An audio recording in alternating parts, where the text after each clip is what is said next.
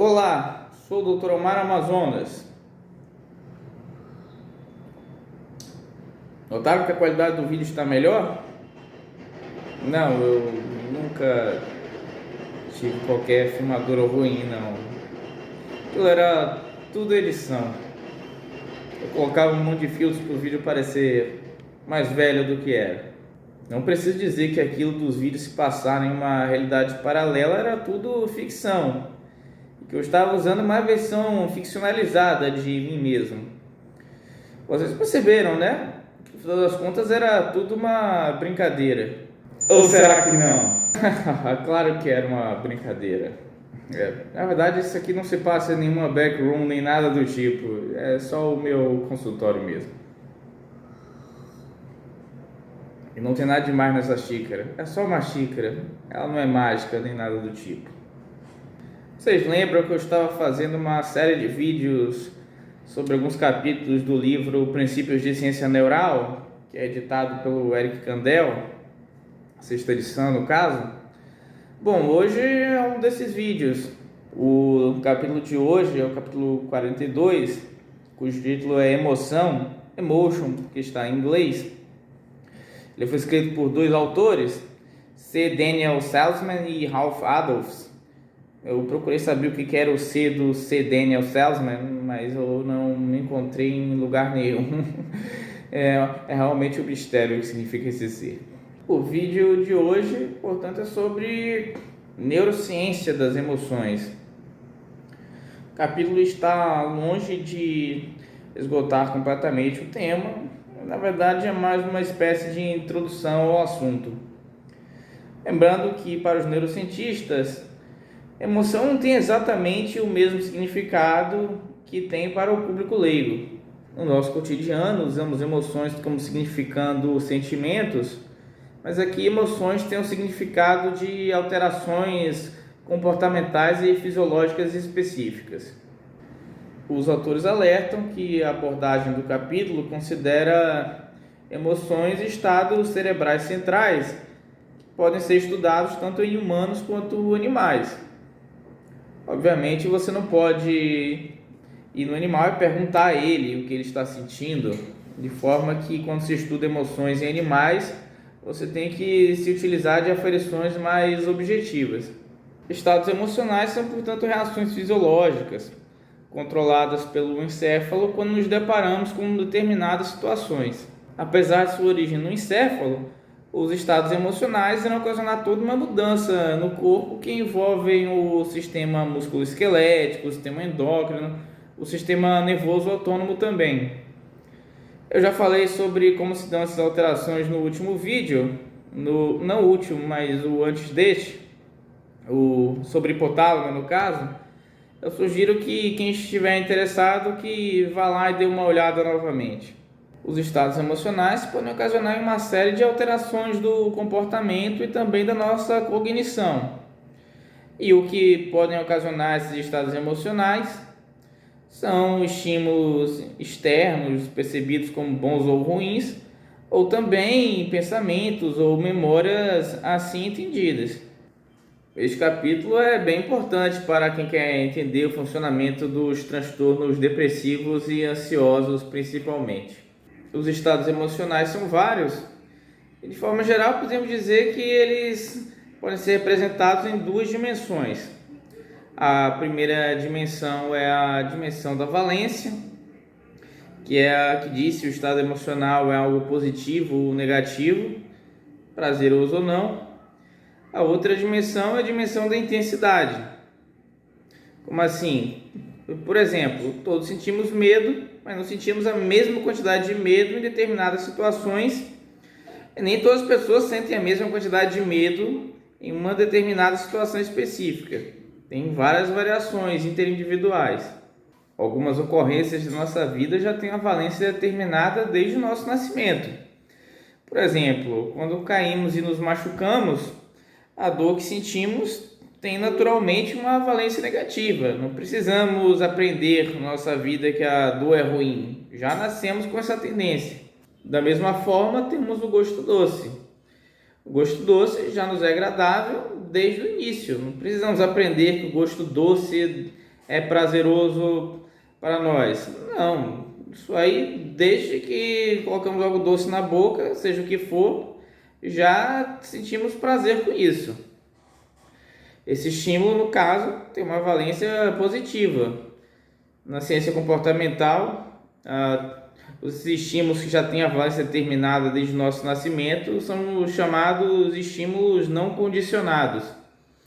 No caso da dor, é um estímulo não condicionado de valência negativa, e o gosto doce é um de valência positiva. Ele já tem a valência determinada desde que nascemos.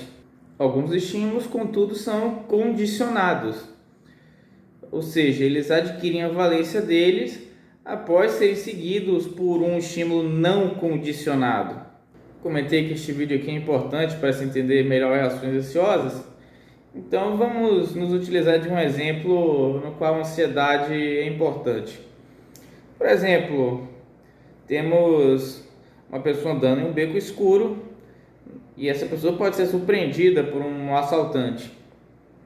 Essa pessoa irá ter reações fisiológicas que correspondem à emoção de medo.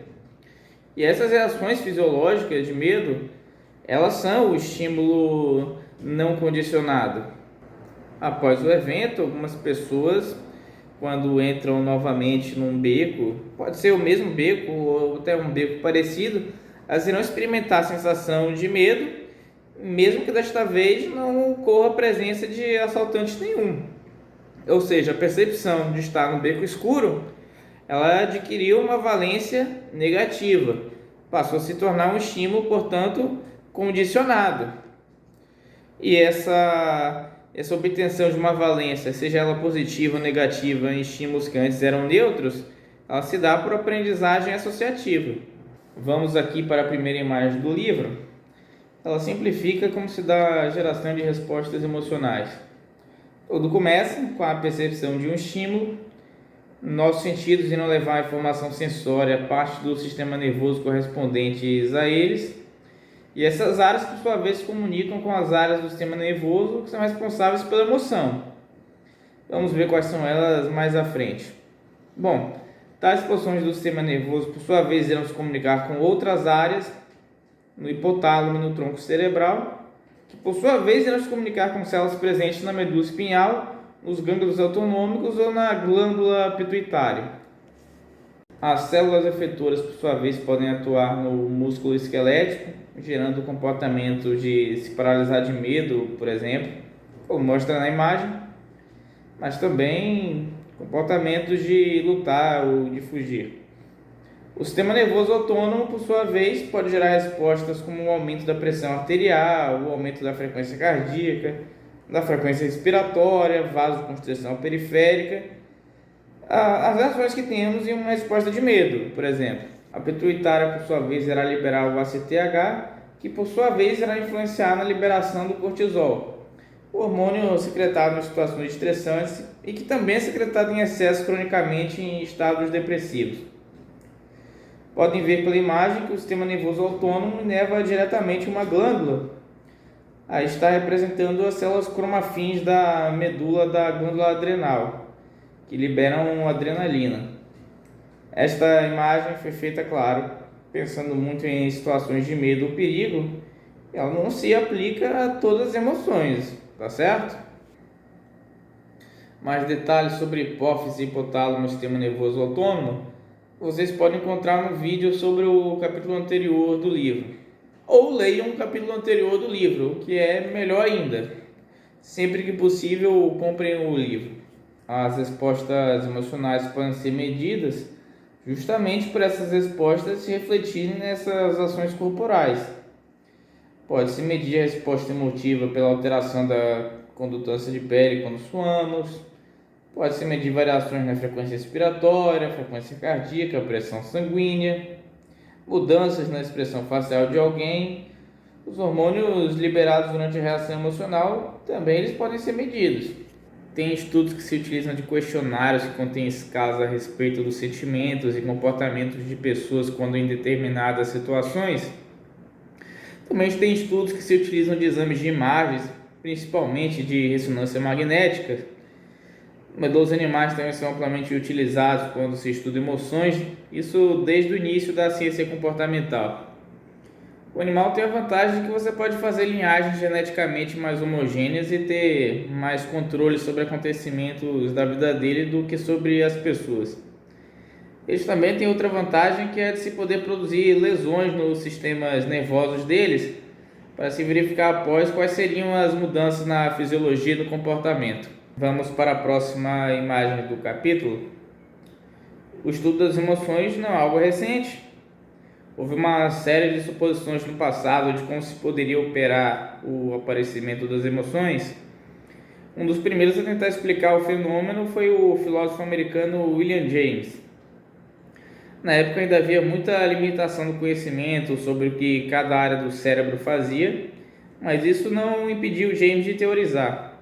E ele perguntou: corremos do urso porque ficamos com medo ou ficamos com medo porque corremos do urso?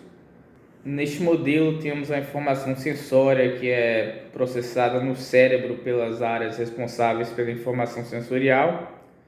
Essas áreas, por sua vez, iriam se comunicar com as áreas responsáveis pelo controle motor, que iriam, por sua vez, gerar as respostas corporais. Essas, por sua vez, iriam enviar informações ao córtex sensório novamente em uma alça de feedback, e essa nova percepção das respostas corporais são elas que iriam gerar as emoções. William James foi um filósofo sem igual, uma pena ele não ser muito estudado aqui no Brasil. Lembrando que nessa época ainda não existia a profissão de psicólogo. A empreitada da psicologia era levada adiante por filósofos, médicos, biólogos ou naturalistas, como eram chamados biólogos na época. A empreitada da psicologia também era levada adiante até mesmo por estatísticos. Vendo aqui agora este outro modelo, já do século XX, ele começou a ser formulado a partir dos estudos de Walter Buchanan na década de 20. Ele percebeu que a estimulação elétrica do hipotálamo em modelos animais que possuíam os hemisférios cerebrais transeccionados ainda mantinham reações semelhantes àquelas das respostas emocionais dos animais que possuíam o sistema nervoso central íntegro. Aqui nesta outra imagem, quando o corte era feito acima do hipotálamo, ou mesmo acima da parte posterior do hipotálamo, ainda era possível elicitar no animal as reações de fúria. O mesmo não ocorria quando a transecção era feita abaixo da parte posterior, eliminando a demonstração de fúria de forma coordenada e apenas sendo elicitado no animal alguns aspectos de fúria de forma isolada e descoordenada. A conclusão que Walter Cannon chegou foi que o hipotálamo, portanto, é quem organizava as reações emocionais. Cannon, junto com um estudante seu, Philip Bard, então teorizaram, já com um certo grau de evidências, que o estímulo sensório de carga emotiva atingiu o tálamo, então lá era enviado ao córtex e ao hipotálamo. O hipotálamo, por sua vez, desencadeava as reações emocionais, além de avaliar qualitativamente o estímulo. Tanto o tálamo quanto o hipotálamo enviam referências ao córtex cerebral, que por sua vez seriam responsáveis pela percepção consciente das emoções. Este outro modelo aqui, de 1937, já foi um aperfeiçoamento das ideias de Cannon e Bard. Foi idealizado por James Pepys. Assim como no modelo anterior, as informações sensórias eram enviadas ao tálamo e depois ao córtex e ao hipotálamo, como no modelo anterior. No entanto, ele acrescentou novas estruturas ao modelo. Uma delas é o córtex cingulado, que receberia projeções tanto do córtex sensório quanto do hipotálamo, via a parte anterior do tálamo, e ele, o córtex cingulado, seria o responsável pela parte consciente das emoções. O córtex sensório cingulado, por sua vez, também regularia o hipotálamo via o hipocampo. Esse modelo ainda é uma simplificação da realidade. Na década de 30, dois neurocientistas, Henry Cleaver e Paul Bilsey, iriam realizar experimentos no qual extrairiam os dois lobos temporais do cérebro de macacos, incluindo aí a amígdala e o hipocampo, que se localizam internamente nos lobos temporais.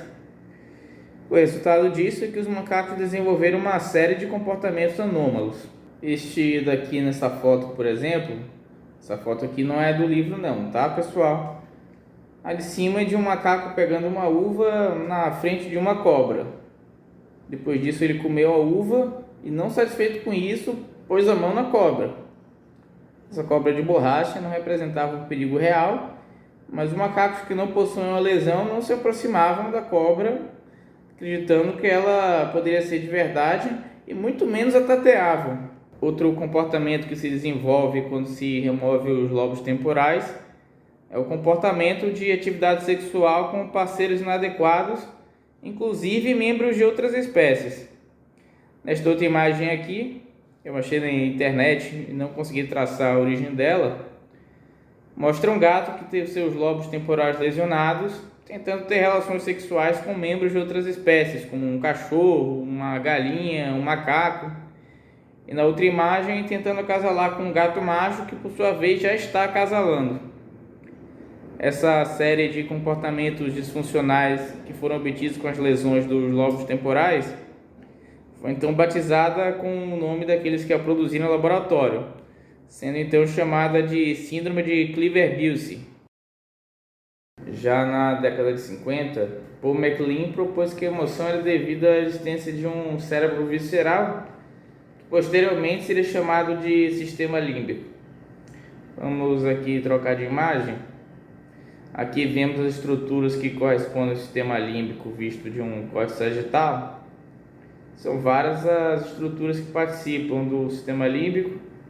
Vemos aí áreas do córtex frontal, do lobo temporal e também de estruturas subcorticais que estão encerradas dentro do lobo temporal. No caso, o hipocampo e a amígdala aí retratados. MacLean discordava um pouco do modelo de Papez, porque ele viu o hipocampo e não o córtex cingulado como uma parte integradora das emoções. Seria o local onde a experiência consciente das emoções ganharia a sua carga emocional, e segundo ele, seria o local onde iria convergir as informações tanto externas do córtex sensório, quanto as informações de estruturas internas, como o córtex cingulado e o hipotálamo. E de fato, o hipocampo se comunica com todas as estruturas, como podemos observar vendo os tratos de neurônios retratados nessa imagem. Embora, claro, podemos ver que mais de uma estrutura na imagem possui essas múltiplas conexões. Contudo, apesar do hipocampo de fato ser uma estrutura importante no sistema límbico, as evidências falaram contra ele ser uma peça tão central assim na expressão das emoções, pois foi visto que indivíduos com lesões no hipocampo ocorriam, na verdade, déficits na conversão de memórias de curta duração para aquelas de longa duração, e não na expressão das emoções.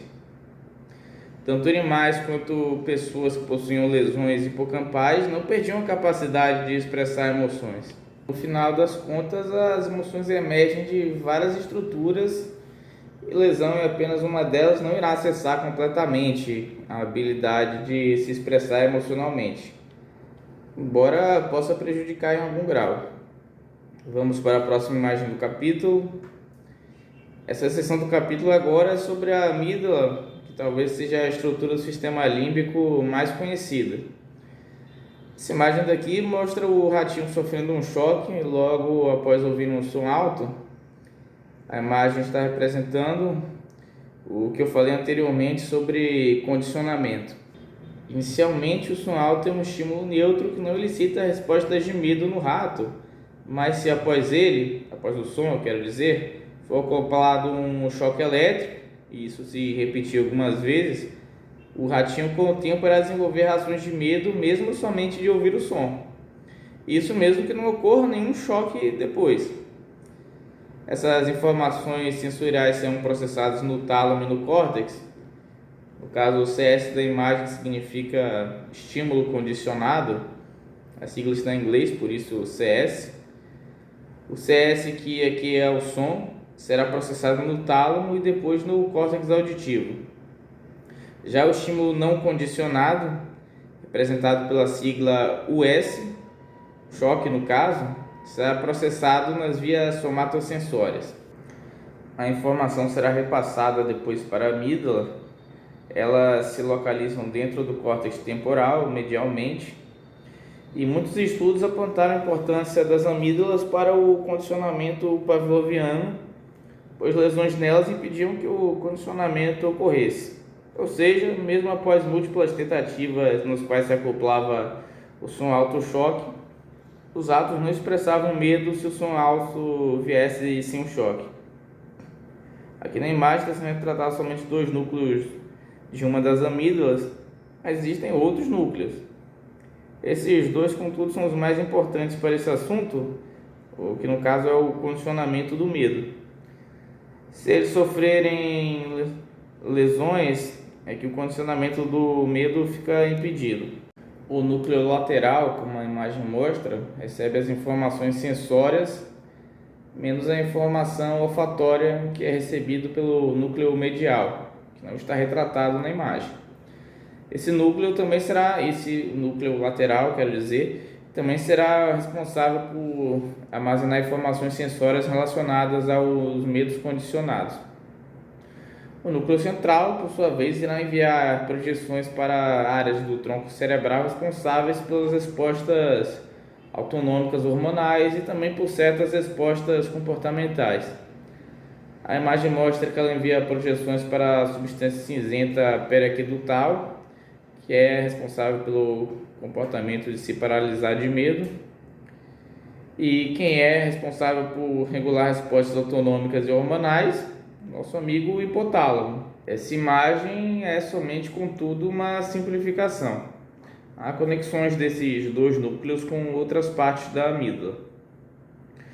Uma outra coisa a se falar dessa imagem, vejam que o tálamo manda projeções tanto para o córtex cerebral quanto para a amígdala. Isso quer dizer que as reações de medo podem se iniciar concomitantemente ou mesmo antes de se ter consciência de por que se está tendo tais reações. A amígdala possui grande capacidade de neuroplasticidade, que faz com que ela seja capaz de criar memórias dos estímulos condicionados. Isso ocorre em ambos os núcleos retratados aqui e outros não retratados na imagem. Além dessas áreas aqui retratadas, a matéria cinza periaquedutal e o hipotálamo no caso, a amígdala também emite projeções para outras áreas do córtex cerebral. Isso faz também influenciar nossa capacidade atencional, percepção, memória e também a tomada de decisões. Qualquer pessoa que experimentou crise de pânico sabe dizer como isso é verdade, né? Você simplesmente não consegue pensar de forma racional no momento, não consegue se concentrar em nada devido ao medo, exceto, é claro, o objeto do medo.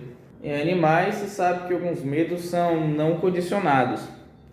O livro dá como exemplo o odor de urina de raposa, que ocasiona em ratos na ativação do núcleo medial da amígdala, que por sua vez irá ocasionar no estímulo da parte ventromedial do hipotálamo, depois nos núcleos pré-mamilares do hipotálamo e depois para a região dorsal da área cinzenta periaquedutal.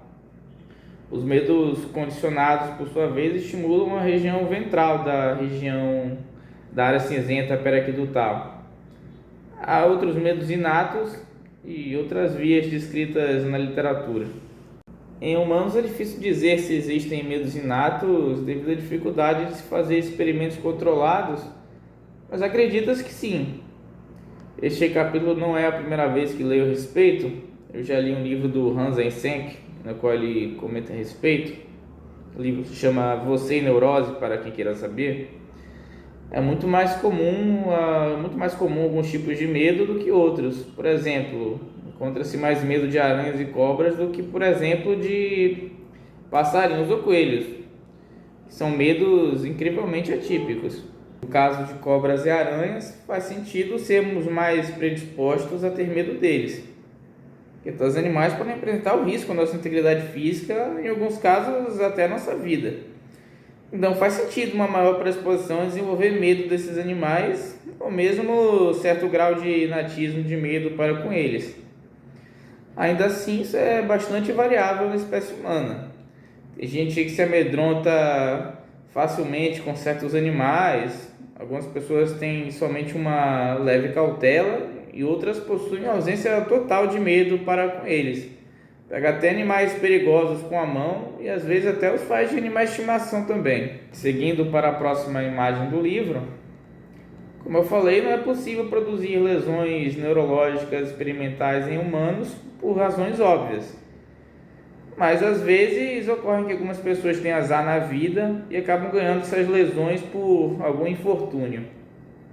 Quando isso ocorre, se pode usar tais indivíduos como objeto de estudo para ver o que eles têm de diferente em relação às pessoas normais. Essa imagem daqui é de um estudo que se utilizou de uma mulher que apresentou lesões bilaterais das amígdalas.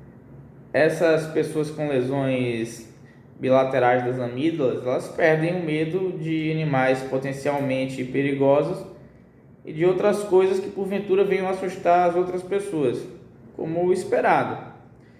Também a rememoração de eventos traumáticos parece não perturbá-las muito.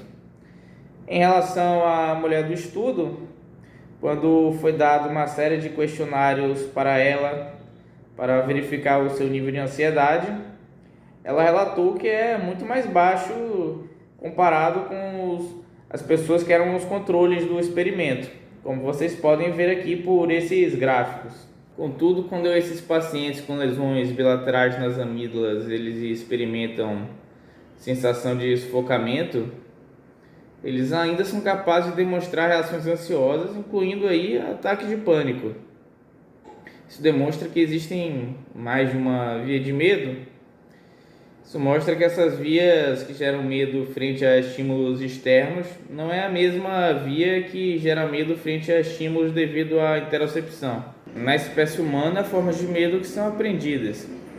Pessoas podem desenvolver medo de algo ou ser simplesmente alertadas da possibilidade de que algo virá a acontecer, ou ver algo de ruim acontecendo com outras pessoas.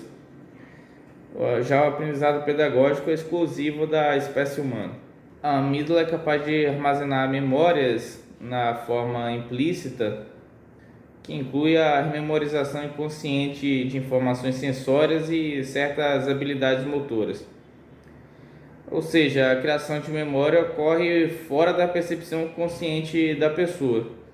Em uma situação de medo, também são recrutadas outras estruturas que são responsáveis pela memória e pelo aprendizado explícito, como o hipocampo. Quando acontece algo desagradável com alguém, existe a capacidade de descrever como, quando, onde ou com quem ocorreu tal situação. É mais fácil de entender quando se fala em termos de lesões. Quando o paciente apresenta lesões nas amígdalas e não nos hipocampos e é submetido a um experimento que vise a gerar algum condicionamento, após uma série de repetições ele continua não apresentando alterações na condutância de pele, sugerindo a abolição das respostas autonômicas frente a uma situação que deveria condicionar o medo. A amígdala ficou impossibilitada de gerar a memória de condicionamento, de associar o estímulo que visava ser o condicionado ao não condicionado. Mas a pessoa ainda apresenta a capacidade de descrever o que ocorre no experimento, mostrando que sua memória explícita continua intacta. Já quando alguém tem o contrário, as amígdalas intactas e lesões nos hipocampos, a pessoa continua capaz de apresentar as alterações autonômicas após o processo de condicionamento, demonstrando que a amígdala memoriza a situação como potencialmente danosa e ainda é capaz de gerar as ações ansiosas por causa disso. E mesmo assim, se essa pessoa for questionada sobre o que ocorreu, ela não é capaz de descrever o evento ou por que estaria tendo aquelas reações. Ou seja, ela passa a ter um déficit de memória explícita, mas a memória implícita, que se dá pelas amígdalas, que é inconsciente, é mantida. A amígdala também se comunica com a parte ventral do estriato e, portanto, ela pode também regular aspectos motivacionais do comportamento condicionado e não apenas aqueles relacionados ao reforço negativo, mas também naqueles que despertam emoções de valência positiva no indivíduo. Ela participa, portanto, do sistema de recompensa, que é o assunto do próximo capítulo do livro. Ela ajuda na associação de estímulos condicionados a um estímulo não condicionado positivo. Por exemplo, o som de uma sirene escutada por um cão e logo em seguida é apresentado alguma comida que ele gosta. Se o estímulo for repetido, com o tempo, somente o barulho da sirene é capaz de fazer o cão salivar. Como a amígdala também faz parte do sistema de recompensa, ela pode influenciar o comportamento no sentido de realizar decisões que visem um objetivo considerado desejável pela pessoa. Também irão existir projeções ao córtex pré-frontal. Essa comunicação é importante para o mecanismo de extinção de algum medo condicionado, pois com isso podemos até certo ponto controlar como iremos reagir ou como avaliamos determinada situação. Ao se expor a uma situação previamente ansiogênica, na qual o estímulo não condicionado não mais ocorre, com o tempo a ativação das vias de medo pelo estímulo não condicionado se enfraquecem até se extinguir. Contudo, algo ainda fica armazenado na memória das amígdalas e se o estímulo não condicionado voltar a aparecer, a pessoa pode novamente se recondicionar e voltar ao estado anterior. Essas comunicações com outras áreas do córtex a fazem também ter influência na nossa tomada de decisão. Eu sei que muita gente gosta de acreditar que é completamente lógico e racional, mas isso não se aplica a ninguém na verdade. Inclusive, para muitas das coisas que fazemos, nossa racionalização é a posteriori. O capítulo dá um exemplo interessante sobre como temos a tendência a escolher um ganho certo de $5 do que uma aposta com 50% de chances de não ganhar nada, mas se ganharmos, levamos $10. Já em uma situação de perda, ocorre o inverso. Preferimos uma aposta na qual temos 50% de chance de não perder nada e 50% de chance de perder $10 do que uma perda certa de $5. Em ambas as situações de maior preferência, ocorre maior ativação da amígdala na ressonância magnética funcional. Próxima imagem. E este é um experimento que avalia o papel que a amígdala desempenha na atenção. Hoje se sabe que a amígdala nos dá a tendência a olhar para o que nos é emocionalmente relevante, mesmo quando não estamos percebendo conscientemente que nosso foco vai em determinada direção por causa disso. Esse estudo da imagem foi feito com uma paciente, aqui chamada de SM para manter o sigilo sobre ela. Ela possui lesões bilaterais das amígdalas, ou seja, tem as duas amígdalas lesionadas. Comentando sobre o item A, temos à esquerda o resultado dos controles, pessoas normais sem as lesões, e à direita os resultados da paciente.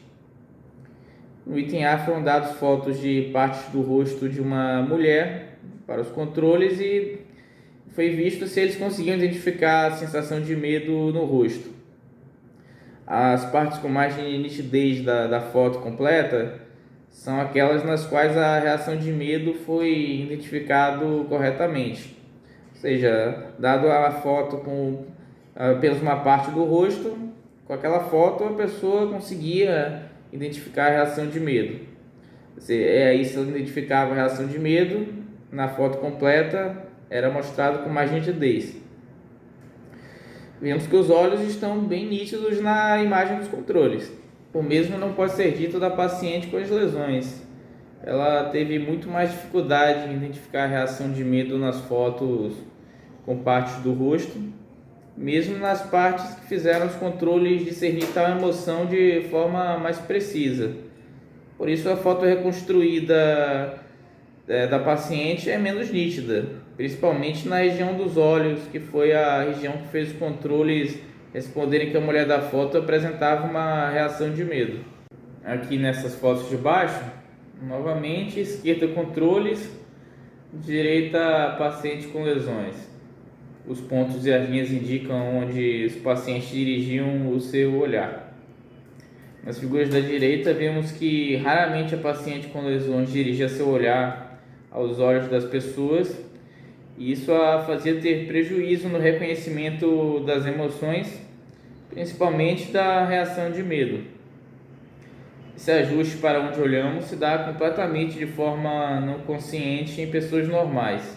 A paciente não era incapaz de reconhecer o medo, ela só não dirigiu o olhar para os locais certos que a faziam reconhecê-lo. Quando ela era instruída a fazê-lo, olhar para os olhos no caso, ela passava a reconhecer a expressão correta. Neste gráfico aqui, ela demonstra acurácia em reconhecer a emoção. Os controles plenamente reconheciam, como mostra a barra da esquerda. A acurácia da paciente era baixa quando a paciente olhava para onde queria, como mostra o gráfico do meio. Quando ela era instruída a olhar para os olhos, a acurácia voltava a atingir o nível dos controles. Isso demonstra a participação da amígdala para onde dirigimos nossa atenção. Apesar do realce dado para as amígdalas no capítulo, de forma nenhuma entendo que elas são as estruturas mais importantes do sistema límbico.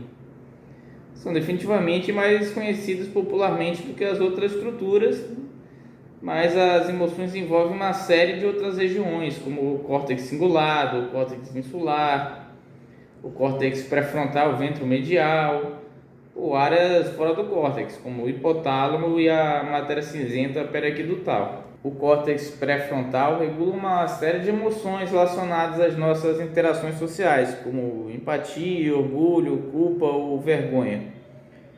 Lesões na área ventromedial do córtex pré-frontal são famosas na neurologia por causarem mudanças de comportamento.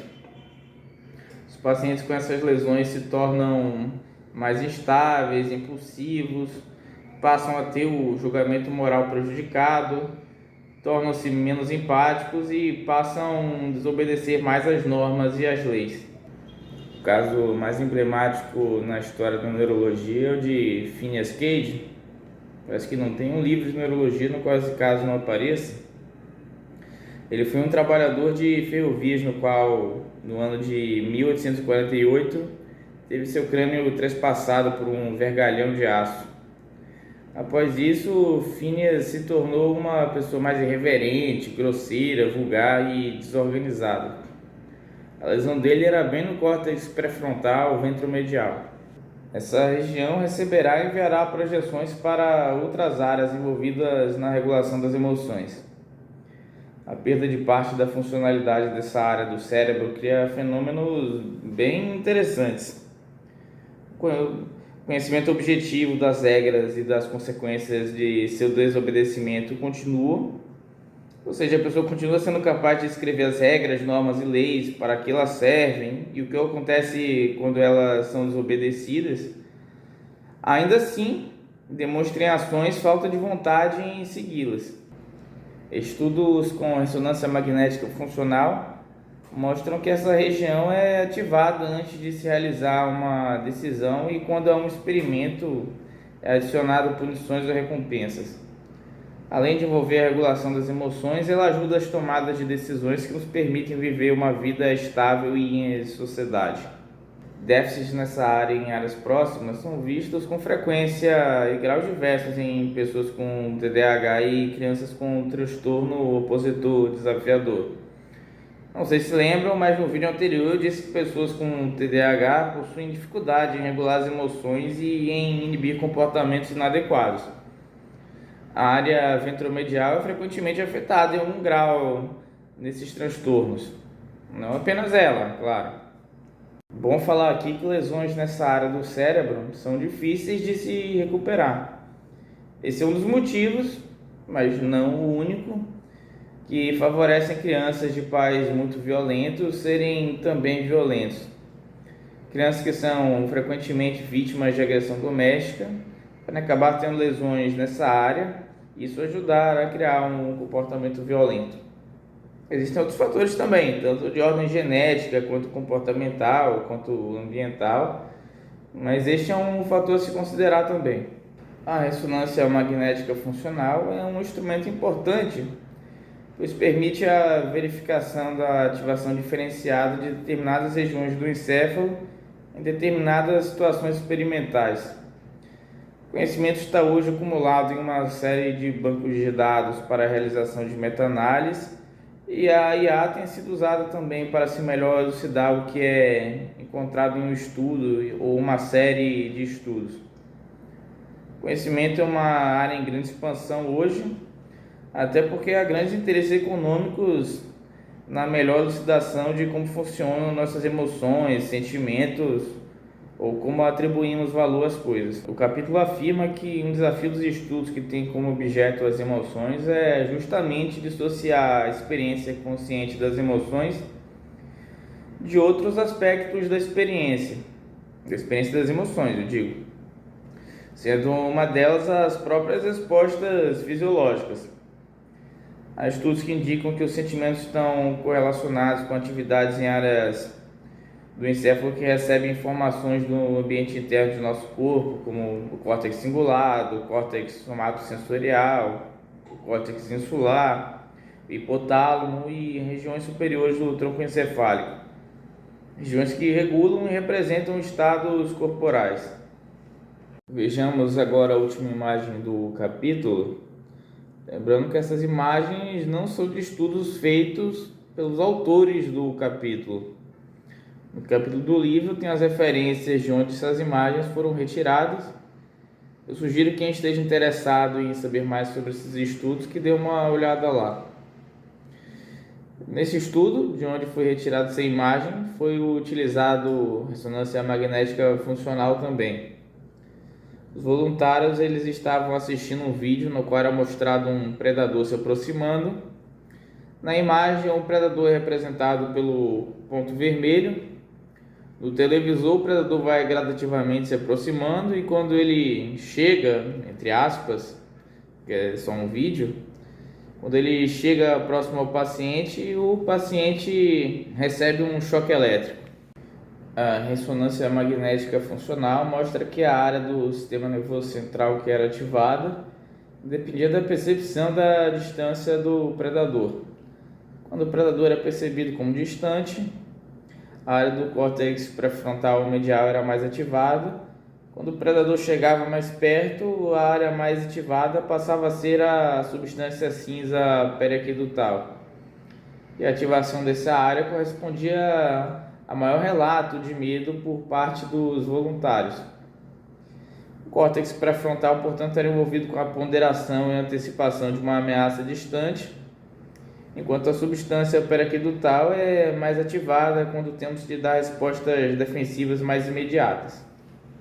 Essa seção do capítulo ainda dá outro exemplo, que não em imagem, que é sobre a área subgenual do córtex cingulado anterior, que é ativada quando se está triste. Esta área está ativada de forma diferenciada em pacientes com depressão bipolar e parece mais afinada em ressonância magnética estrutural em pacientes com depressão crônica. Parece que a estimulação elétrica dessa área pode melhorar o humor de pacientes com depressão severa. Vou até dar uma olhada mais a fundo nisso depois. Analisando aqui, nenhuma das estruturas que participam da formação das emoções são exclusivos dessa função. Essas mesmas estruturas participam da percepção de estados internos. Os autores usaram a ínsula como exemplo aqui, de que ela participa tanto do processamento de informações de sensações como da percepção emocional. Coincidentemente, eu já falei a respeito disso no vídeo sobre anti-inflamatórios e fibromialgia, sobre como a ínsula participa em dar o caráter emocional da dor. Essa dupla função das estruturas explicam porque pessoas com problemas de ansiedade experimentam tantos sintomas psicossomáticos, alterações do ritmo intestinal, alterações hormonais, dores crônicas, alterações da frequência respiratória ou cardíaca, entre outras coisas. Se a informação aferente dos estados internos for prejudicada em alguém, essa pessoa pode passar a ter a sensação de se tornar uma pessoa menos emotiva e embotada.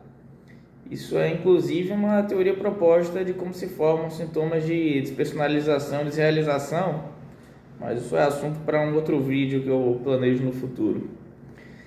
A ínsula ser tanto um local de processamento para informações da homeostase do corpo quanto para informações de estados emocionais não significa que não possa haver uma separação física para os dois processos. A separação pode estar a nível celular, que não é capaz de ser visto em exames de imagem.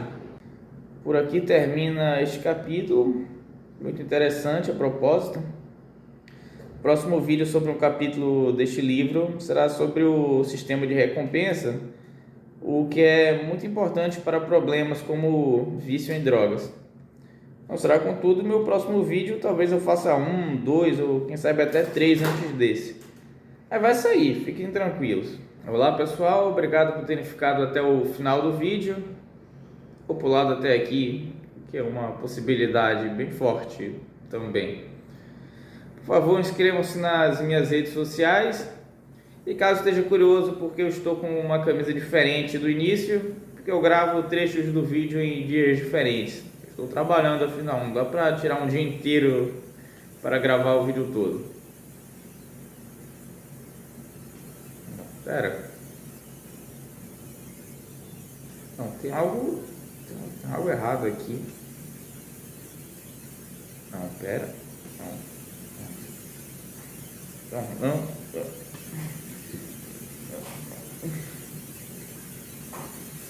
Ah, não.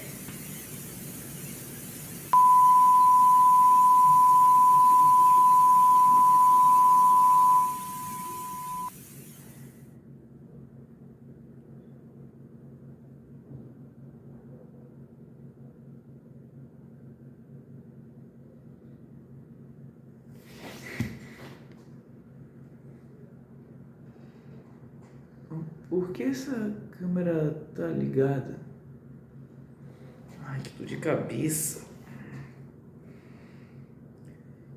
Ai, que sonho estranho eu tive hoje. Hoje? O que é hoje?